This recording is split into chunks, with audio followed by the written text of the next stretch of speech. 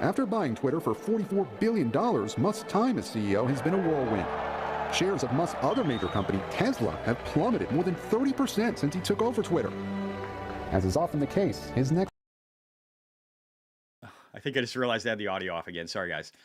So I was showing earlier. So we're going to be watching the All-In Summit, specifically with Elon Musk and his appearance there. It's going to be about an hour long. I'm running it at 1.25. It's going to be great. So we'll be watching that. Also, I was complaining a little bit ago because somebody copyrighted me for this morning's market open, saying that it was a Duke versus some other football team or basketball fucking thing. Somebody's been attacking me. I think it's because of my political views, or maybe they're just frightened because they think I'm going to be a competitor to them. I don't know who it is, but here's the thing. I ain't fucking going anywhere. I'm disputing every single one of them. You guys can suck it. Anyway, let's get back to Elon Musk. I'll be providing commentary along the way. Thank you for everybody that is here and that participates in it. You're gonna enjoy this video. It's a good one, guys. Here we go. Next move is unclear. I go as far to say that he's demonstrating some erratic behavior. Go fuck yourself. Is that clear? I hope it is. Hey, Bob, if you're in the audience. Elon Musk's cooperation and/or relationships with other countries is worthy of being looked at. The Biden administration has just announced its second investigation into Elon Musk in less than a week. Both at Tesla and SpaceX, there's a product roadmap that they're on, and that whether Elon is in the building or not is not going to impact the plan that they have. People said he'd never get the rocket in space. He did that. People said the Roadster would never get delivered. He did that. People said he'd never get 100 of them done. He's got 200 done. As an entrepreneur, you can't listen to the noise. You certainly can't listen to losers who have never accomplished anything with their life, who are obsessing about you. Please. Jason looks so chubby. We're out there among the stars, and we're a multi-planet species across many planets and many star systems.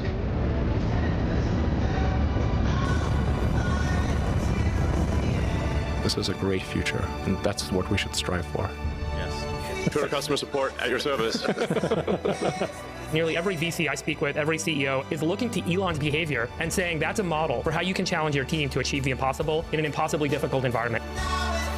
And you can see those grid pins on your left-hand screen rotating and turning to guide the booster, and there's that landing bird!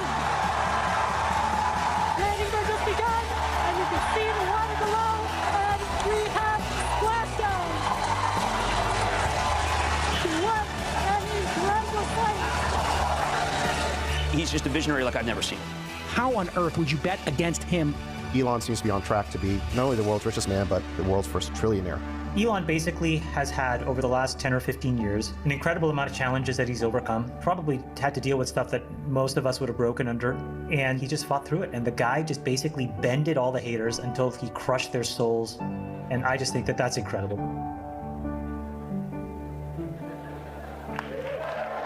I gotta say, they did massive justice. This man is hugely inspiring. SpaceX, Tesla, X, Neuralink, XAI, The Boring Company, all of it. They did him justice. This was beautiful. The greatest entrepreneur of this generation, Elon Musk. And if you haven't seen this, and you haven't seen some of the comedic scenes in this, guys, this is gonna blow your mind. This is one of the funniest things ever. Hey guys. Grab my stuff. You sit there, I'm gonna take this. All right. Thanks for taking the time. How you doing, brother? You keeping busy? Yeah. I mean, it's rarely a slow week. I mean, in the world as well. Yeah. I mean, any given week, it just seems like the things get nuttier. It's definitely a simulation. We've agreed on this at this point. I mean, like, well, look, if we are in some alien Netflix series, I think the ratings are high. Yes. Ratings are high. How are the freedom of speech wars going? This is you've been at war for 2 years now. Yes. The price of freedom of speech is not cheap, is it? I think it's like 44 billion, something like that. Just round numbers. give or take $1 billion. Yeah, round numbers. Yeah. Yeah. It's pretty nutty. There is like this weird movement to quell free speech kind of around the world, and this is something we should be very concerned about.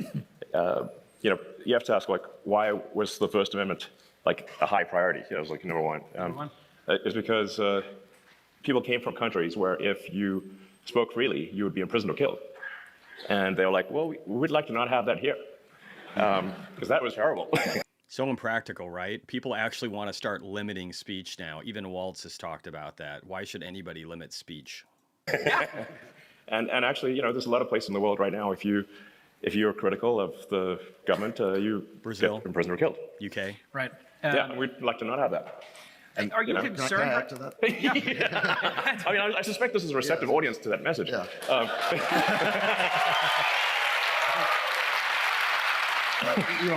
I think we always thought that the West was the exception to that we knew there were authoritarian places around the world, but we thought that in the West we'd have freedom of speech. And we've seen, like you said, it seems like a global movement.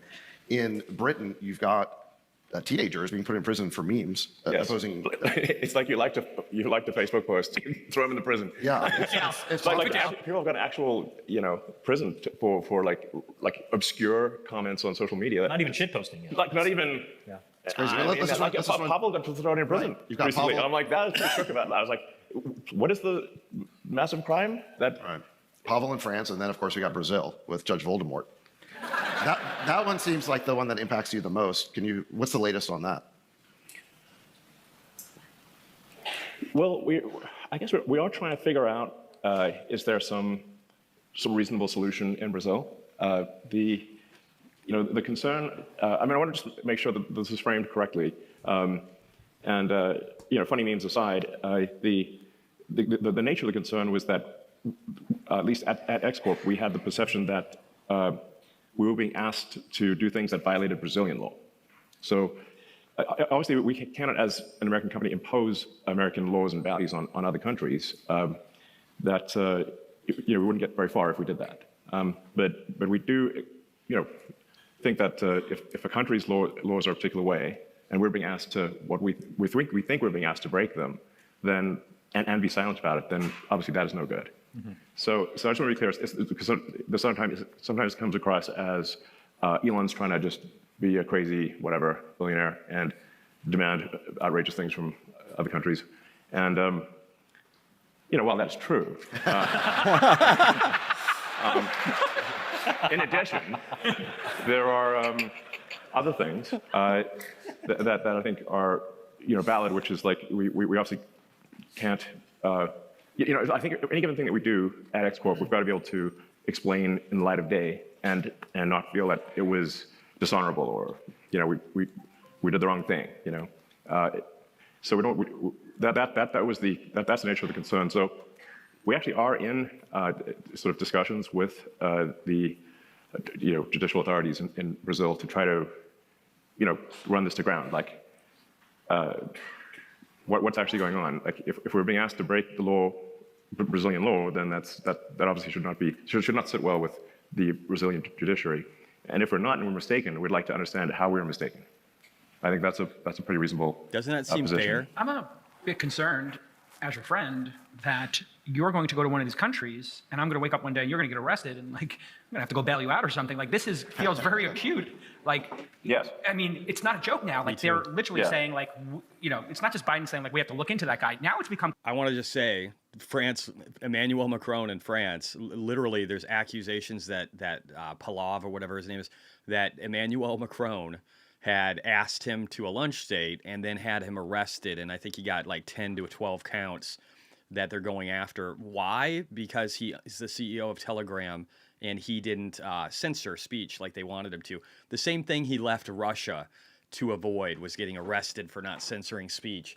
And now the French want to censor speech. And then you have what's going on in the UK with people getting imprisoned for their thoughts. And then you have Brazil where they tried to pass an $8,800 fine per day that would be destructive to anybody that lived there. It would ruin them overnight if they were caught on X. They've had to back that out. But the world is getting hostile towards freedom and speech. And it's not good for America or for the world or for Elon Musk. And he's fighting it. And he's fighting it head on. It's a good reason to be admired. Lift Fresh, thank you for joining, my friend. I'm quite literal. And also, anybody who supports me by joining, I do a market recap. I have a morning show too, talking about the markets. I'm versed from everything from micro to macro, just like it sounds. And I will pull up, you can talk and chat if you have a membership. You can also request stocks, and I'll pull up the technicals and financials and tell you my thoughts on them. Like this, who was the guy who just wrote the, was it the Guardian piece about like, oh, hey, yeah. Oh, and last thing, sorry. But it helps support me too, whereas right now I just got demonetized on a video I did earlier for my morning show with just bullshit. It was just bullshit about it being a Duke versus somebody game. There's none of that in here whatsoever. So I don't know who's fighting me or why, but it helps to support me if you have that membership. Yeah, there have been 3 articles, and I think in the past 3 weeks. Robert Reich.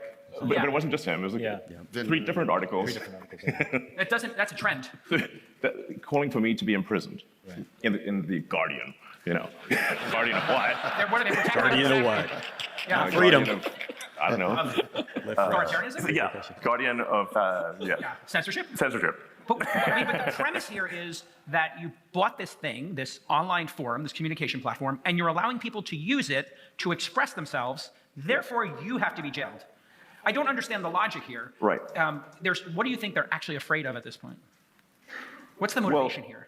I mean, I think if somebody's afraid, if somebody's sort of trying to push a false premise on the world, then that premise can be undermined with public dialogue, then they will be opposed to public dialogue on that premise because they wish that false premise to prevail. Right. So that's, I think, the issue there is if they don't like the truth, then we want to suppress it. So now, what we're trying to do with X Corp is. I distinguish that from my son, who's also called X. Yes. Right. You have parental goals, and then you have goals for the company. Everything's just called X, basically. Yes. It's very difficult disambiguation. The car, the sun. Yeah, it's X everything. What we're trying to do is simply adhere to the laws in a country. So if something is illegal in the United States, or if it's illegal in Europe or Brazil or wherever it might be, then we will take it down and we'll suspend the account because we're not there to make the laws. But if speech is not illegal, then what are we doing? Okay, now we're injecting ourselves in as a censor, and where does it stop? And who decides? I can tell you, history tells us it does not stop in the people that decide or whoever is in power of the government. And we don't want that. It doesn't matter. It doesn't matter if it's Republican or Democrat. We want debate. We want different views and ideologies. We don't want this. So, and where does that path lead? I think it leads to a bad place.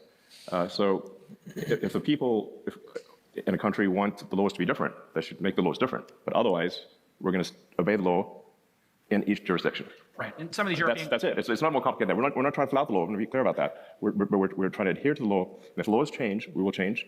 And if the laws don't change, we won't. We're just literally trying to adhere to the law. Pretty straightforward. Yes, it's very straightforward. And if somebody thinks we're not adhering to the law, well, they can file a lawsuit. Bingo. Also very straightforward. Yes. Very I mean, there are European countries that don't want people to promote Nazi propaganda. Yes. They have some sensitivity to it. Well, it is illegal. It is illegal in those countries. And in those countries, if somebody puts that up, you take it down. Yes. But they typically file something and say, take this down. No, in some cases, it is just obviously illegal. Like, you don't need to file a lawsuit for, if something is just, unequivocally illegal. We can literally read the law. This violates the law. Anyone can see that. Like, you don't need, like, if somebody is stealing, you don't need, let me check the law on that. Yeah. Okay. Oh, no, they're stealing stuff. Let's talk about it. So we had JD Vance here this morning. He did a great job. That was an amazing video too, guys. It was so good. And, one of the things is there's this image on X of basically you, Bobby, Trump, and JD are like the Avengers, I guess. And then there's another meme where you're in front of a desk where it says DOGE, the Department of Governmental Efficiency. Yes. I so love that. I watched that pump Doge's price. If he gets elected and he's the head of Doge, watch that pump Dogecoin. Just watch it. Yes, I posted that one. Tell us about I made it using Grok, the Grok image generator. It's great. I used it for this thumbnail. I put it into my profile. Seek for efficiency. How do you do it? Well,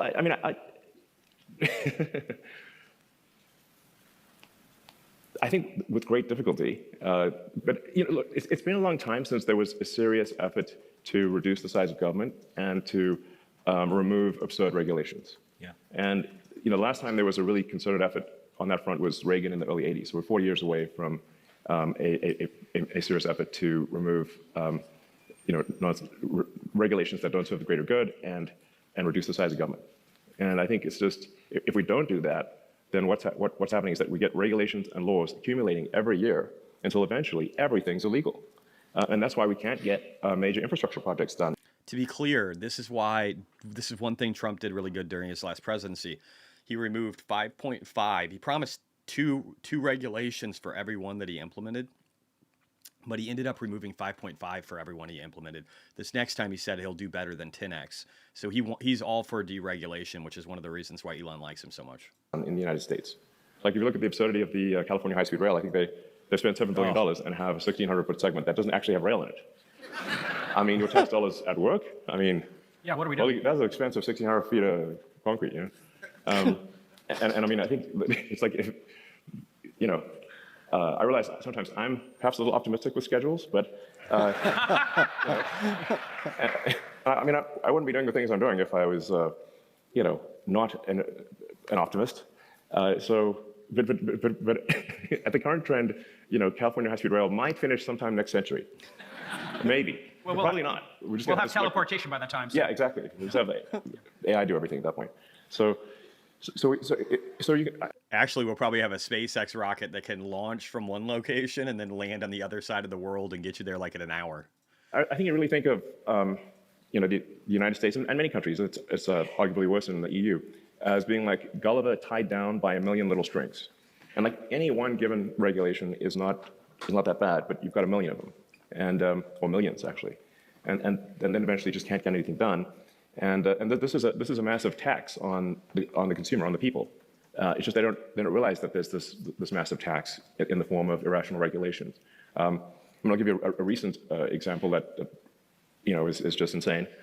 Is that like SpaceX was fined by the EPA $140,000 for they claimed dumping potable water on the ground, drinking water. So, and we're like, this is at Starbase, and we're like, we're in a tropical thunderstorm region. That stuff comes from the sky all the time. And so insane. And there was no actual harm done. It was just water to cool the launch pad during liftoff, and there's zero harm done. They agree, yes, there's zero harm done. We're like, okay, so there's no harm done, and but you want us to pay a $140,000 fine? It's like, yes, because you didn't have a permit.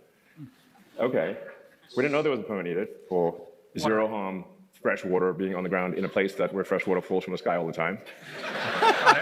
Next to the ocean. Next to the ocean. Because there's a little bit of water there too. Yeah. I mean, sometimes it rains so much the roads are flooded. So we're like, how does this make any sense?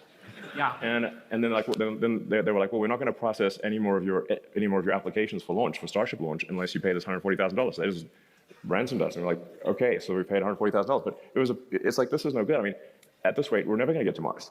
I mean, that's the confounding part here. Yeah. Is exactly. We're acting against our own self-interest. When you look at, we do have to make, putting aside fresh water, but hey, the rocket makes a lot of noise. So I'm certain there's some complaints about noise once in a while, but sometimes you want to have a party where you want to make progress, and there's a little bit of noise. Therefore, we trade off a little bit of noise for massive progress or even fun. Yep. So, when did we stop being able to make those trade-offs? But talk about the difference between California and Texas, where you and I now reside. Huge. Texas, you were able to build the Gigafactory. Can you guys imagine Jason, one of the most liberal people on here, actually moved to Texas? That says a lot about California. I remember when you got the plot of land, and then it seemed like it was less than 2 years when you had the party to open it. Yeah. From start of construction to completion was 14 months. 14 months. Is there anywhere on the planet that would go faster? Is China faster than that? China was 11 months. Got it. So Texas, China, 11 and 14 months. California, how many months? And just to give you a sense of size, the Tesla Gigafactory in China is 3 times the size of the Pentagon. Which was the biggest building in America? No, there are bigger buildings, but the Pentagon's a pretty big one. Yeah, or it was the biggest. In units of Pentagon, it's like 3. Okay, 3 Pentagons and counting. Yeah. Got it. In 14 months. Just the regulatory approvals in California would have taken 2 years. Yeah. So that's the issue. Where do you think the regulation helps? Like for the people that will say, we need some checks and balances. We can't have some, because for every good actor like you, there'll be a bad actor. So where's that line then? Yeah, I mean, I have in sort of doing a sensible deregulation and reduction in the size of government is just like be very public about it and say like, which of these rules do you, if the public is really excited about a rule and wants to keep it, we'll just keep it. Yeah. And here's the thing about the rules: if the rule is turns out to be bad, we'll just put it right back. Okay, and then problem solved. It's like it's these bad rules, but we don't actually have a process for getting rid of them. That's the issue. There's no garbage collection for rules. Yep. Very well said. Hey, by the way, guys, for people that follow Hood, we're up 3.25% today. That's a nice way to be on Hood. Those calls are printing.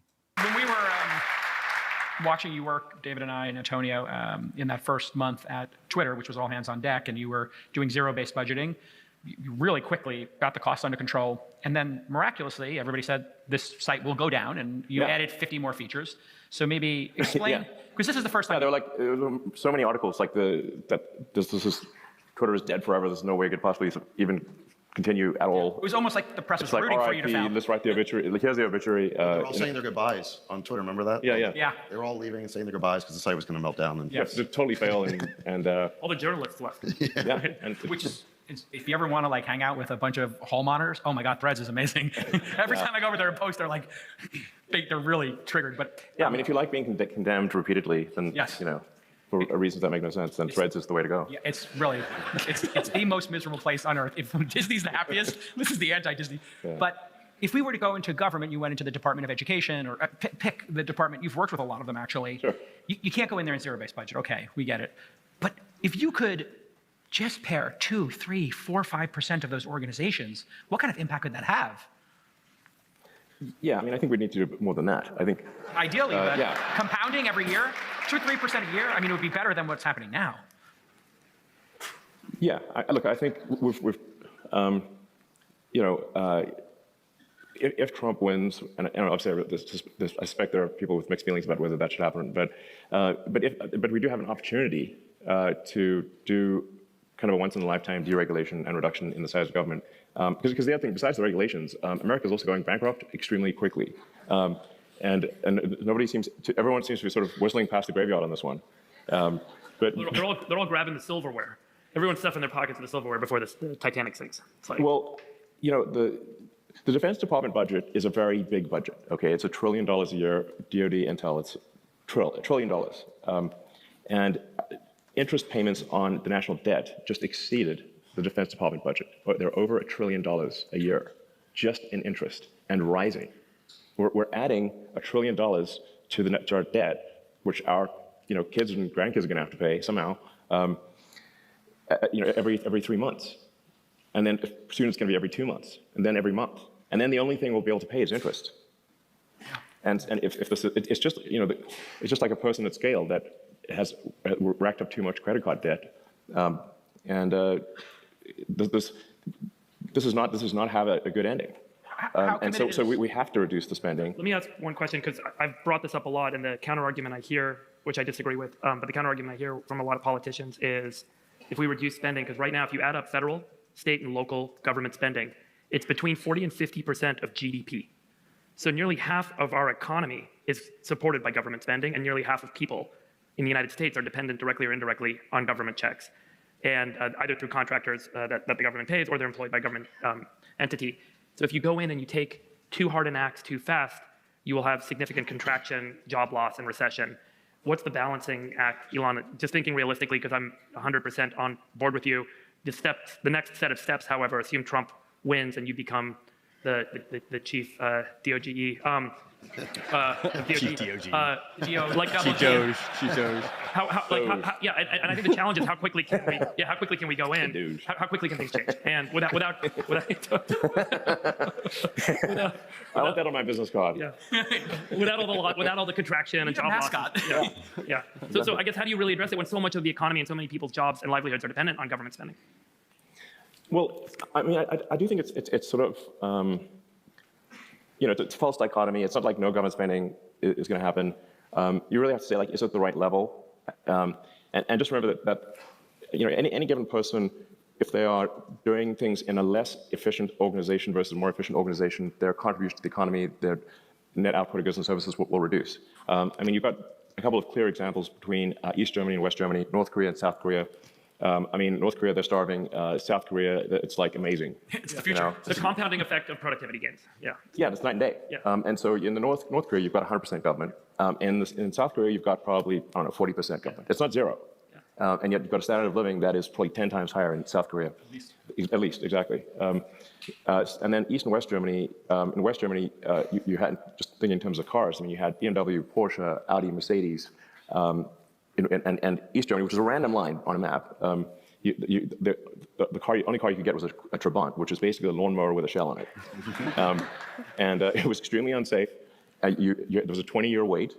So you put your kid on the list as soon as they're conceived. And even then, only I think a quarter of people maybe got this lousy car. And it's just the same. So that's just an interesting example of basically the same people, different operating system. And it's not like West Germany was some a capitalist heaven. It's quite socialist actually. So when you look, probably it was half government in West Germany and 100% government in East Germany. And again, sort of a 5 to, call it at least a 5 to 10x standard of living difference, and even qualitatively vastly better. And it's obviously, sometimes people have these, amazingly in this modern era, this debate as to which system is better. Well, I'll tell you which system is better. The one that doesn't need to build the wall to keep people in. Okay, that's how you can tell. Okay, Ain't that the truth? It's a dead giveaway.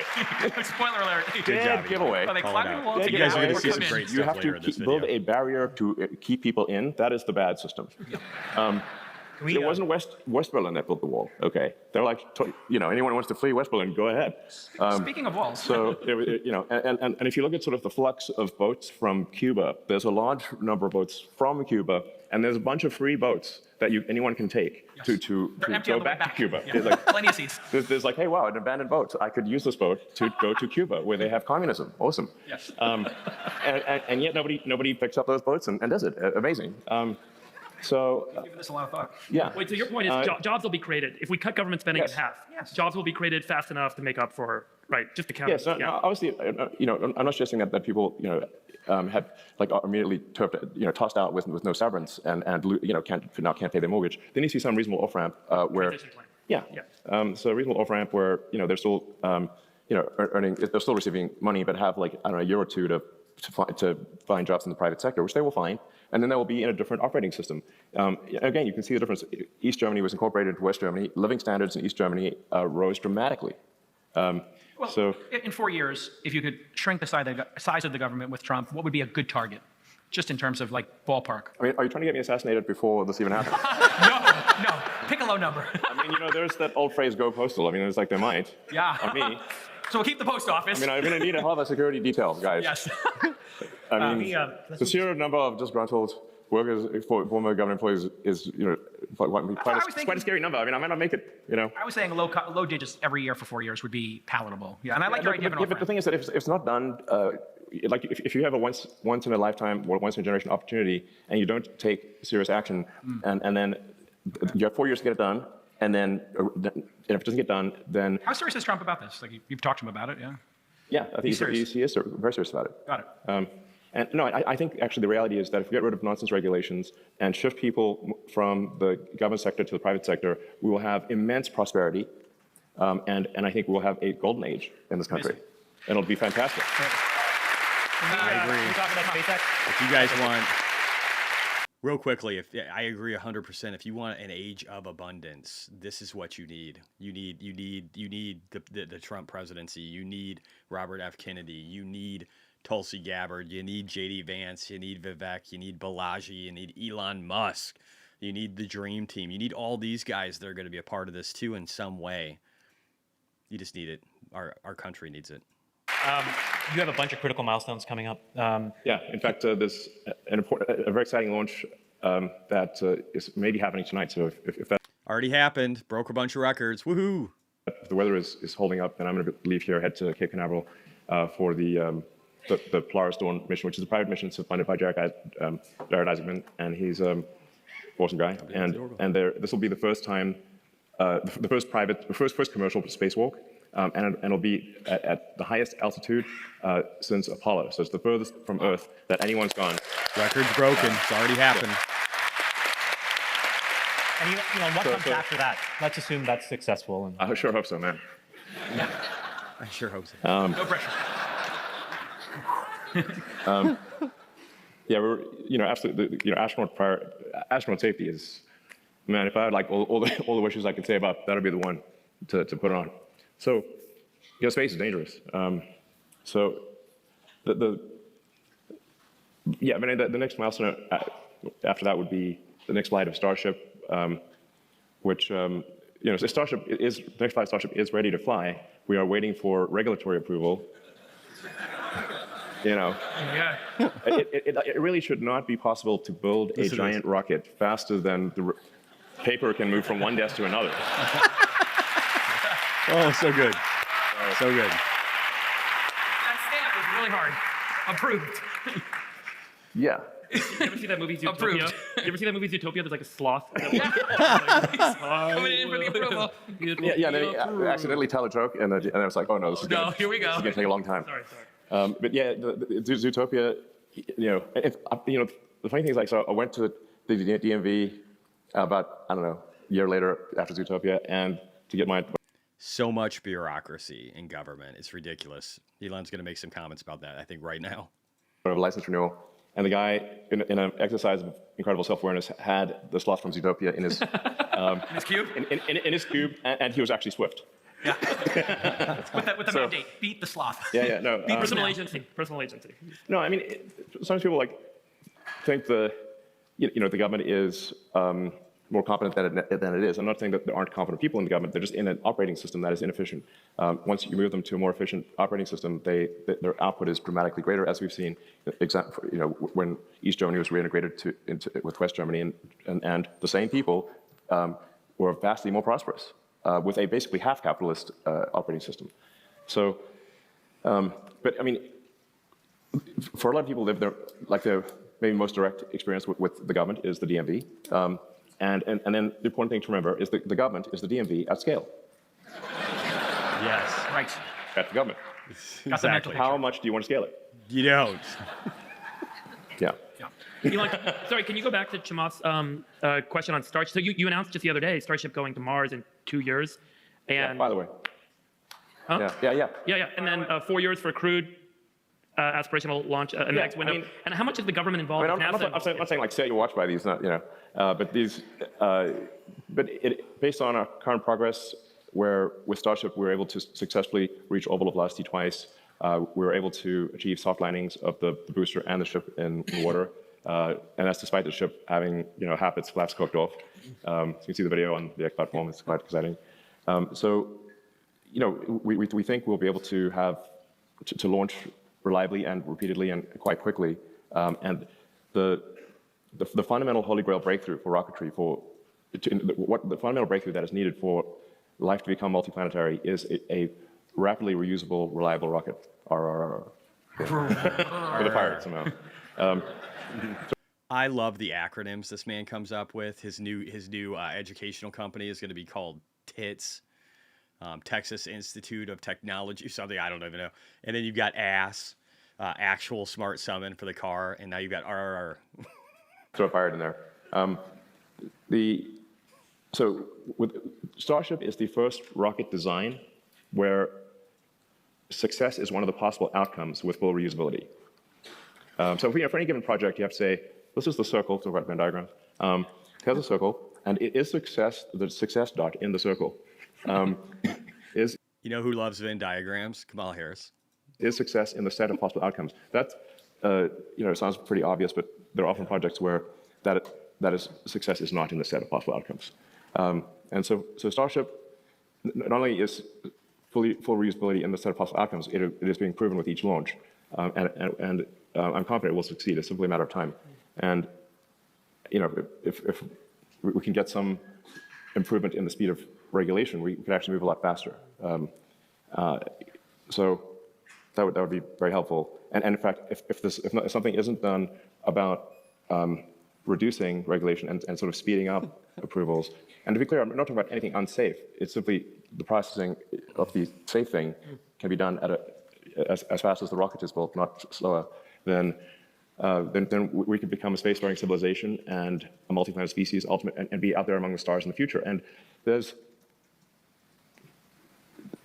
it's just very, it's incredibly important that we have things that we find inspiring, that you look to the future and say the future is going to be better than the past, things to look forward to.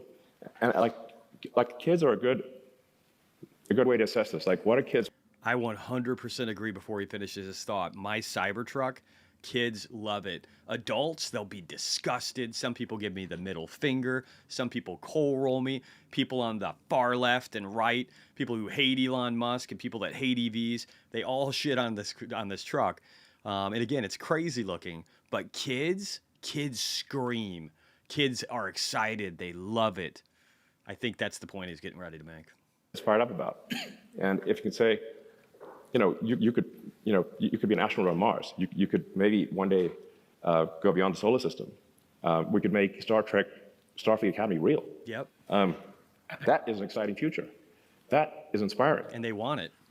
Children want it. You need things that move your heart. Hell yeah. Fuck yeah. Fuck yeah.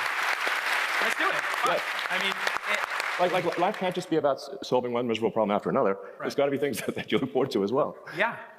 And do you think you might have to move it to a different jurisdiction and to move faster? I've always wondered if, rocket technology is considered an advanced weapons technology, so we can't just go do it, in another country. Yes. Yeah, interesting. And if we So don't we can do it, only other do it countries here could do it. if he wants I mean, to they're so participate far in the behind us, program. but theoretically, there's a national security, justification here. If somebody can put their thinking caps on, do we want to have this technology that you're building, the team's working so hard on, stolen by other countries, and then, maybe they don't have as much red tape? I wish people were trying to steal it. So that no one's trying to steal it. It's just too. It's too crazy, basically. Yeah. And that's for you. Yeah, it's way too crazy. Elon, what do you think is going on that led to Boeing building the Starliner the way that they did? They were able to get it up. Not complete. But can't complete. They can't finish. Can't finish. And I don't now understand. you're going to have to go up and finish. Well, I mean, I think Boeing is a company that is, they actually do so much business with the government. They have sort of impedance match to the government. So they're like basically one notch away from the government, maybe two. They're not far from the government from an efficiency standpoint because they derive so much of their revenue from the government. And a lot of people think, well, SpaceX is super dependent on the government, and actually, no, most of our revenue is commercial. And there's been, I think, at least up until perhaps recently, because they have a new CEO who actually shows up in the factory. Yeah. And the CEO before that, I think, had a degree in accounting and never went to the factory. And didn't know how airplanes flew. This is insane. So he's saying that the last CEO that stepped down from Boeing didn't understand the mechanics of how airplanes fly, and it wasn't his area of expertise at all, but yet he was running Boeing, a company that is literally in charge of people's lives in the air, and also in space. Pretty nuts. So I think if you are in charge of a company that makes airplanes fly and a spacecraft go to orbit, You need to know then it can't be a total mystery as to how they work. So, I'm like, sure, if somebody's like running Coke or Pepsi and they're like great at marketing or whatever, that's fine because it's not a sort of technology dependent business. Or if they're running a financial consulting and their degrees in accounting, that makes sense. But I think if you're the cavalry captain, you should know how to ride a horse. Pretty basic. Yeah. Yeah. It's pretty different. It's disconcerting if the cavalry captain just falls off the horse. It's not going to inspire the team. I'm sorry, I'm scared of horses. Gets on backwards. And I'm like, oops. Shifting gears to AI, Peter was here earlier and he was talking about how so far the only company to really make money off AI is NVIDIA with the chips. Do you have a sense yet of where you think the big applications will be from AI? Is it going to be enabling self-driving? Is it going to be enabling robots? Is it transforming industries? I mean, it's still, I think, early in terms of where the big business impact is going to be. Do you have a sense yet?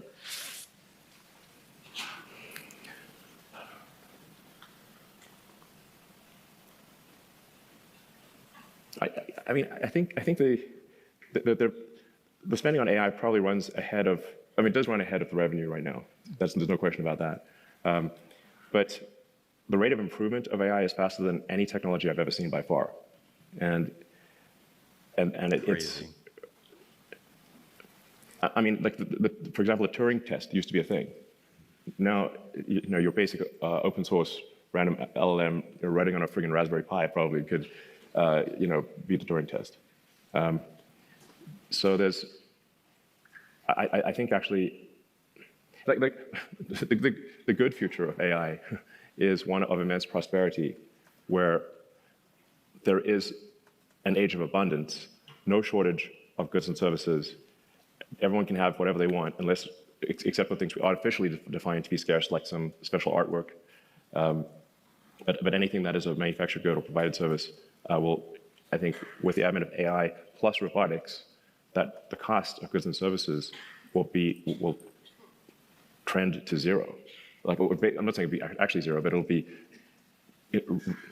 everyone will be able to have anything they want. Mm-hmm. That's the good future. And of course, in my view, that's probably 80% likely. So look on the bright side. Only 20%. 20% probably of annihilation. It's nothing. Is the 20% like? What does that look like? I don't know, man. I mean, frankly, I do have to go engage in some degree of deliberate suspension of disbelief with respect to AI in order to sleep well, and even then, because I think the actual issue, the most likely issue, is like, well, how do we find meaning in a world where AI can do everything we can do a bit better? That is perhaps the bigger challenge. Although, at this point, I know more and more people who are retired, and they seem to enjoy that life. So. But I think that maybe there'll be some crisis of meaning, because the computer can do everything you can do, but better. So maybe that'll be a challenge. But really, you need the sort of end effectors. You need the autonomous cars, and you need the sort of humanoid robots or general purpose robots. But once you have general purpose humanoid robots and autonomous vehicles, you can build anything. And I think that there's no actual limit to the size of the economy. I mean, there's obviously, a massive Earth, like that will be one limit. But the economy is really just the average productivity per person times number of people. That's the economy.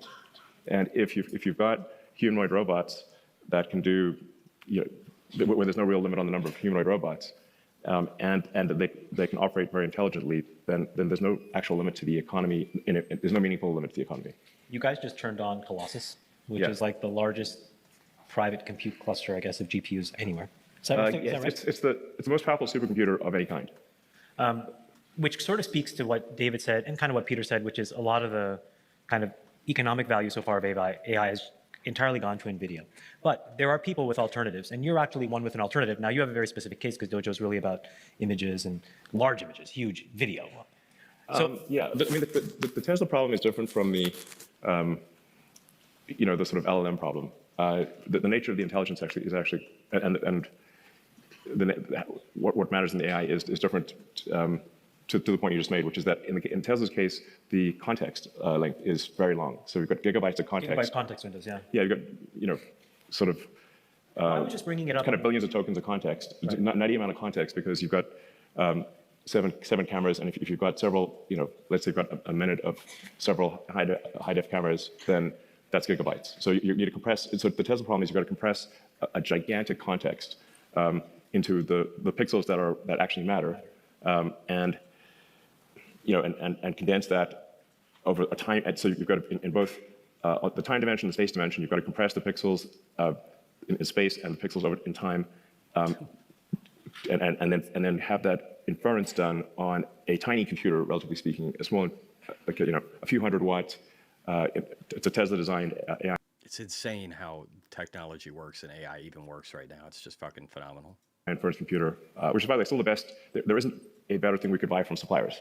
So the Tesla-designed AI inference computer that's in the cars is better than anything we could buy from any supplier. Just by the way, that's kind of a. Oh, by the way, the Tesla AI chip team is extremely good. You guys, in the design, there was a technical paper and there was a deck that somebody on your team from Tesla published, and it was stunning to me.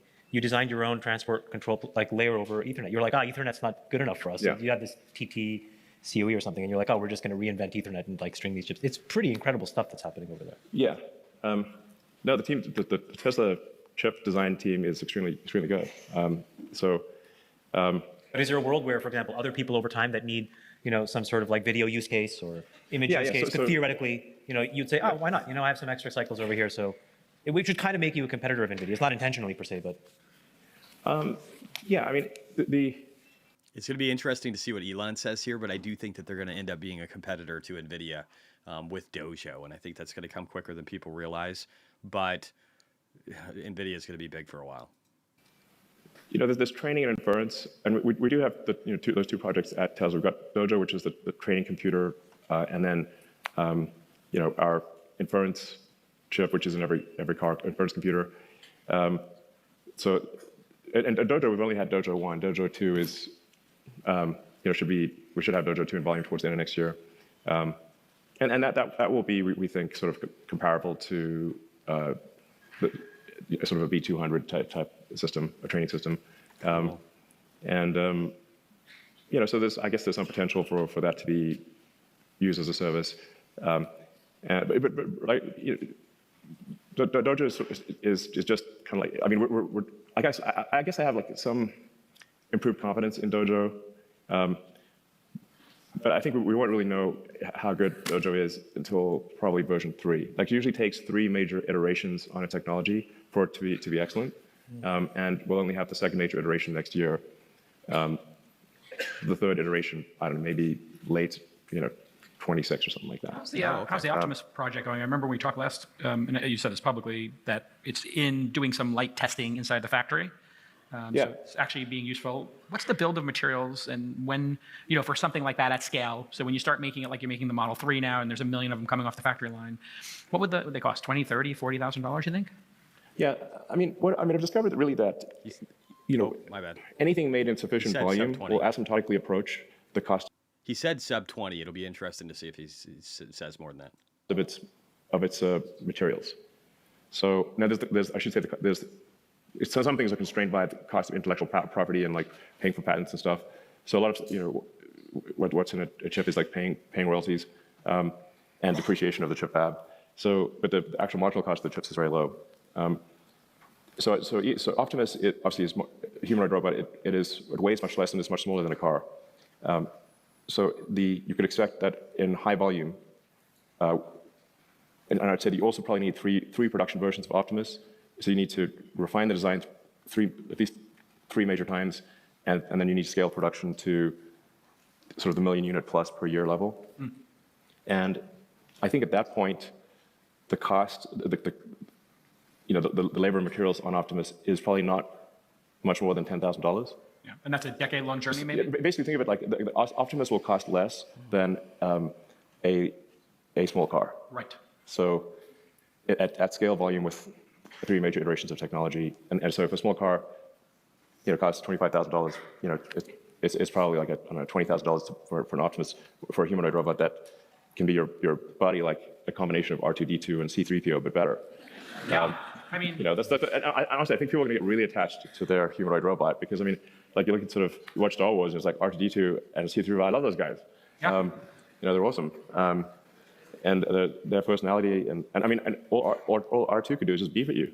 Guys couldn't speak English. You need C3PO to translate the beeps. So you're in year 2 of that. If you did 2 or 3 years per iteration or something, it's a decade-long journey for this to hit some sort of scale. I would say major iterations are less than 2 years. So wow. It's probably on the order of 5 years. Yeah. Maybe 6 to get to 1 million units a year. And at that price point, everybody can afford one on planet Earth. 5 years. It's going to be that 1 to 1, 6. 2 to 1. What do you think ultimately if we're sitting here? I'm sorry, 5 to 6 years to have a million. That's a horrible look of Elon. To have 1 million production run rate. Insane. In 30 years, the number of robots on the planet versus humans. Yeah, I think the number of robots will vastly exceed the number of humans. Vastly, yeah. Vastly exceed. You have to say, like, who would not want their robot buddy? Everyone wants a robot buddy. Totally. It's just like, especially if it can take care of take your dog for a walk. It could, mow the lawn. It could watch your kids. It could, it could teach your kids. It could. We could also send it to Mars. Yeah, absolutely. So we can send a lot of robots to Mars to do the work needed to make it a colonized planet for And him. Mars is already the robot planet. There's like a whole bunch of robots, like rovers and Only robots. helicopter. Yes, only robots. Yeah. So yeah, I think the sort of useful humanoid robot opportunity is the single biggest opportunity ever. Because if you assume I think the ratio of humanoid robots to humans is going to be at least 2 to 1, maybe 3 to 1. Because everybody will want one, and then there'll be a bunch of robots that you don't see that are making goods and services. And you think it's one generalized robot that then learns how to do different tasks, or? Yeah. Hey, I mean, we are a generalized. Yeah, we're a generalized. We're just made of meat. Yeah, exactly. We're a meat bot. We're generalized meat and water. Yeah, I mean, I'm operating my meat puppet,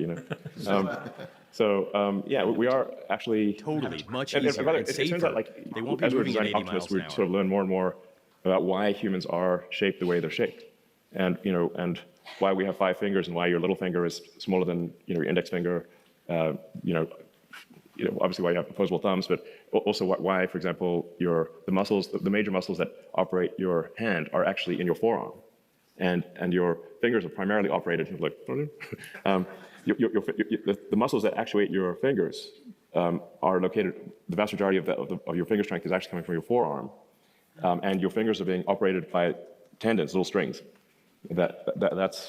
And so the current version of the Optimus hand has the actuators in the hand, and has only 11 degrees of freedom. So it doesn't have all the degrees of freedom of human hand, which has, depending on how you count it, roughly 25 degrees of freedom. Right. And it's also not strong enough in certain ways because the actuators have to fit in the hand.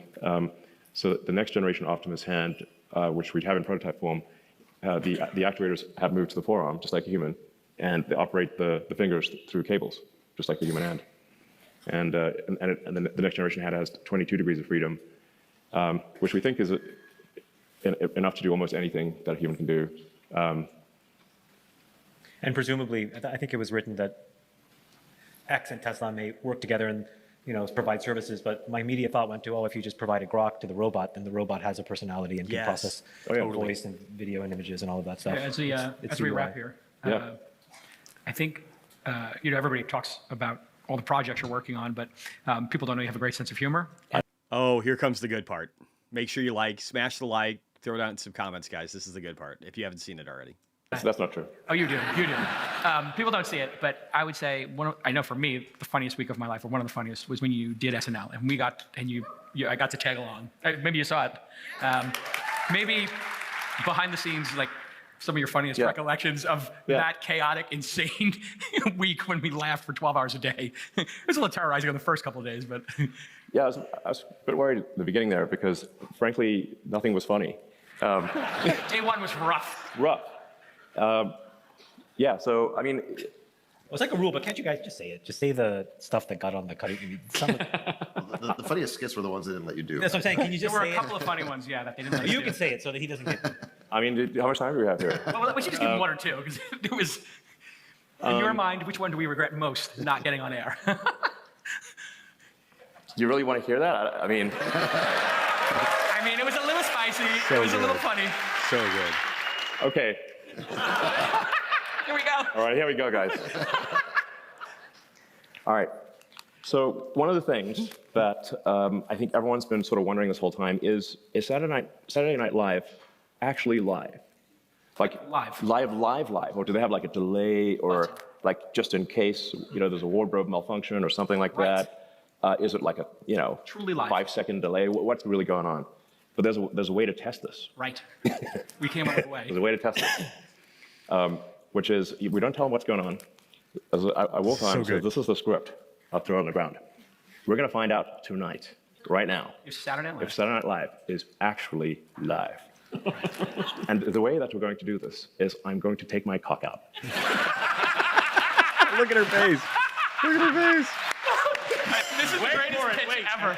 And if you see my cock, you know it's true. And if you don't, it's been a lie. It's been a lie. All these years. All these years. Now this is. We're going to bust them right now. And we're pitching this. Yeah. So we're pitching this on Zoom. Yeah, we're pitching this on Zoom on a Monday after. We're we're kind of hungover from the weekend, and we're pitching this at noon. Yeah. And it's Jason's on, and Mike and you. and Mike. So essentially got Jason is one of the original contributors to his Tesla startup and everything he's done. I know it sounds weird, but yeah, they're good friends. But my friends, I think, are sort of, quite funny. Jason's quite funny. I think like Jason's the closest thing to Cartman that exists in the real life. Yeah. We have a joke going that he's Butters and I'm Cartman. Yeah. So, and my friend Mike's pretty funny too. So we come in like guns blazing. Guns blazing with like ideas, and we didn't realize like actually that's not how it works, and yes. That's. I'm sorry, I got to interrupt. Watch Jason. You'll never be able to unsee this. He's always waiting to speak. He's always waiting to speak. Watch his mouth. That's normally like actors, and they just get told what to do. And like, oh, right. What, you mean we can't just like do funny things that we thought of? What? They're watching this, and on the Zoom, they're aghast at Elon's pitch. Yeah, it's silence. Like, so I'm like, and I was like, is this thing working? Is this? Are we muted? Is our mic on? And they're like, we hear you. Yeah, and then after a long silence, like Mike just says the word crickets. And they're not laughing. And they're not even a chuckle. I'm like, what's going on? And then here? Elon explains the punchline. Yeah, imagine being these people. So, it's Monday. There's more to it. Okay. Yes. Can you imagine being these people? That's just the beginning. So Elon says. So I'm like, so I say like I'm gonna reach down. Into my pants. Into my pants, and I stick my hand in my pants, and I'm gonna pull my cock out. And I tell this to the audience, and the audience is gonna be like, "Go what?" Right. And then I pull out a baby rooster. Yes. And it's like this would have been hilarious. Kind of way better. It's like not that bad. It's like sort of, this is my tiny cock, and it's like. What do you think? And so then it gets better. Nice? It gets better. I mean, I like and it. I pitch. I'm like, and then Kate McKinnon walks out. Yeah, exactly. And I'm like, oh no, but you haven't heard half of it. Kate McKinnon comes out. Yeah. And she says, Elon, I expected you would have a bigger cock. Yeah. I was like, I don't mean to disappoint you, Kate, but yeah. But I hope you like it anyway. And then Kate, but Kate's got to come out with her cat, okay? Right. So. And Kate says. You can see where this is going. Yeah. And I say, nice. Wow, that's a nice pussy you've got there, Kate. Wow, that's amazing. It looks a little wet. Was it raining outside? Oh my God. This would have been so good. And then. Do you mind if I stroke your pussy? Is that cool? It's like, oh no, Elon. Actually, can I hold your cock? Of course, Kate. You definitely hold my cock. And then we exchange. And I think just the audio version of this is pretty good. Right. It's just like, wow, I really like stroking your cock. And I was like, and then Elon says, I'm really enjoying stroking your pussy. Yes, of course. And yeah, so They're looking at us like, oh my God, what have we done inviting these lunatics on the program? Yeah, and they said like, well, it is Mother's Day. It's Mother's Day. We might not want to go with this one. A lot of moms in the audience. And I'm like, well, that's a good point. Well, fair. It might be a bit uncomfortable for all the moms in the audience. Maybe. I don't know. Maybe they'll dig it. Maybe they'll like it. Yeah, that was. I love this man so much. What do you guys think? Is Elon not the best? These women are crying. We didn't get that on the air. But we did fight for Doge. Yes. And we got Doge on the air. I mean, there's a bunch of things that I said that were just not on the script. Like they have these like cue cards for what you're supposed to say, and I just didn't say it. I just went off the rails. Yeah. They didn't see that coming. Yeah, it's live. Yeah, it's live. And so Elon wanted to do Doge. This is the other one. And he wanted to do Doge on late night. And he says, hey, Jake Al, can you make sure? Oh, yeah. I wanted to do the Doge Father. Like you sort of redo the, that scene from the Godfather. I mean, you kind of need the music to cue things up. You bring me on my daughter's wedding. Listen, you asked for Doge. Yeah, you got Marlon Brando and I in the scene. give you Bitcoin, but you want Doge. Exactly. You really got to set the mood. You got to have a tuxedo and the sort of dark office and you got to have like Marlon Brando. Yeah.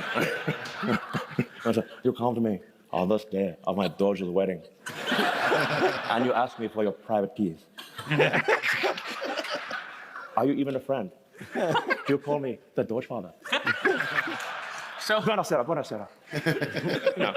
So that's potential. They had great potential. So they come to Not me, as good and as the other I'm one, talking to Colin and Joe, who's got a great sense of humor. And he's amazing. He loves Elon. And he's like, we can't do it because of the law and stuff like that. And, the law and liability. So I said, it's okay. Elon called Comcast, and he put in an offer, and they just accepted it. Yeah. We just bought NBC. so it's fine. Yeah. And Colin Jost looks at me. I sold it so good. And he's like, you're serious? I'm like, yep. We own NBC now. Yeah. And he's like, okay, well, that kind of changes things, doesn't it? And I'm like, absolutely. You're a go on Doge. Yeah. This poor guy. And then he's like, you're fucking with me. And I'm like, I'm fucking with you. Or are we? Or are we? It was the greatest week of, and that like is like 2 of 10 stories. Yeah, we got to. We'll save the other 8. Yeah. But it was, and I was just so happy for you to see you have a great week of just joy and fun and letting go, because you were launching rockets, you're dealing with so much bullshit in your life. To have those moments, to share them and just laugh, it was just so great. And more of those moments. I think we gotta get you back on SNL. Who wants him back on SNL one more time? All right, ladies and gentlemen, our bestie, Elon Musk. Standing ovation. Nothing but. Wouldn't it have been funny if they actually did buy the station just in order to be able to do their SNL skit? I could see Elon doing that. Anyway, I hope you guys enjoyed this. Elon is my favorite CEO of any company in the world, and one of the most brilliant people I think we've seen in 1,000 years. I know that sounds hyperbole to some people, but I love listening to everything he has to say, any insights he provides. And thank you guys for being a part of this. Let's see what we got here. Heinz says, it's good to see the richest man in the world have a good sense of humor and be light on himself. You have to be, right? If you're in the public eye and you can't handle criticism, and you got to be able to enjoy life and have a good time and take it only so seriously. I don't see how he'd make it otherwise. I used to take life seriously, and it was the worst thing I did. Now I just enjoy it, realize how precious it is, and then just work, as hard as I can at trying to benefit others and making sure that I have purpose. And this man is a great example of that. He's probably the best right now. Luke Automata, he's not a stiff dick like most CEOs. Seems super down to earth too. He's just a real person, man. I watched this guy. I watched him the first time I watched Elon and really just realized how amazing he is and how much empathy he has for humanity. Was an interview, a 60 Minutes interview with a lady in Australia talking about how poor and how people were having to make decisions about food. People that were elderly were having to make decisions about eating or paying their electricity bills so that they could have air conditioning because they were in the western part of the country and it was so hot and dry and the costs were so out of control that these people literally had to figure out if they were going to eat, if they could afford to feed their pets anymore. Just horrible shit. And he started to tear up and said, I didn't realize that. And what was his response? What would a person's response be? It's not his problem. He didn't do this. He's trying to help the situation. They were asking him about the battery packs he was going to be putting there. He goes, I didn't realize that. I'm sorry to hear it. We'll do better. I just love this guy. I love him. I hope you guys do too. And Needs 55. Hey, what's up, buddy? Check out the whole thing if you didn't already. Definitely check out the end at the very least. Again, thank you to the 30+ people that showed up for this. I hope you got value out of it, and I'll always show content that I get personal value out of, and then I think you guys will too. Live Fresh. Elon is the type of guy to drop everything in the world. The world needs a hero. Yes, he would drop everything in order to be the hero. He literally did that. He spent $44 billion to buy a shitty social media platform that was nothing compared to a company like Meta with WhatsApp, Instagram, and Facebook. And he paid a fortune for it, not so that he could control the media, but so that he could set it free and set people free and ensure that what he saw coming and what has been happening lately, it's so prophetic, it's insane. It's like he's literally the player in the Matrix right now, and we're just NPCs in his game, because he had the foresight to realize where the West was heading towards censorship and just bad things that could enslave us for generations, if not, an eternity. And he spent $44 billion to keep that from happening, man. He's a good dude. He's a good dude. He's one of the best that we have. I love you guys. I'm probably going to skip the AIP thing. I might do another video, but really I'm probably just going to wait until the market recap. So catch up with that. I think it's a beautiful day today. If we just glance over here at the portfolio, hasn't updated, but I think it's somewhere around here. Probably up 60,000. We'll see how we end with the day. I don't really care. It's a good one. It's a good day, guys. Just be happy. Enjoy life. Go out, touch some dirt, step in some grass, and enjoy yourselves. I will take it. You guys take it easy. I'm going to end this one real quick here with a quick video that is applicable to this situation. Peace out, guys. Bye. Optimus, the robotic humanoid under development by Elon Musk's Tesla Inc., is sparking concerns around job security. This is not financial advice, silly. Robot just stole my job. I'm there like, oh my god. I blame it on Elon. He's taking all I got. Turned up to work and went to start my day. Was barely late, like 9:08. So took my coffee break. Then I got hungry, so I just stopped by the free buffet. But then to my dismay, I heard somebody say, "Attention humans, you have lost, you have not met your quota. Pack your belongings in a box, now it's over." Robot just stole my job. I'm there like, oh my god. I blame it on Elon. He's taking all I got. But I'm in management. I work hard every day. I need these benefits, health and 401k. How could they do this shit though? Where will I trade my crypto? I had a second monitor for Twitter. Where will it go? Somebody please stop the bus. I mean, not the fuss, but there's lots of us. And now you say you won't pay me to play ping pong because Optimus. I mean, who employs a damn humanoid? Some new droid for you to exploit, deploy to destroy your human droid. No lunch breaks, great, get a few deployed. Your time is up, human inferior to me. I'll take it from here, you're relieved of your duty. Robot just stole my job. I'm there like, oh my god. I blame it on Elon. He's taking all I got. Robot just stole my job. I'm there like, oh my god. I blame it on Elon. He's taking all I got. It's okay, human, please don't cry. You can always go and become a Twitter thread guy. Make pretty pictures with Midjourney on your new PC. Or make some YouTube videos about ChatGPT. Sucker. Robot just stole my job. I'm there like, oh my god. I blame it on Elon. He's taking all I got. Robot just stole my job. I'm there like, oh my god. I blame it on Elon. He's taking all I got.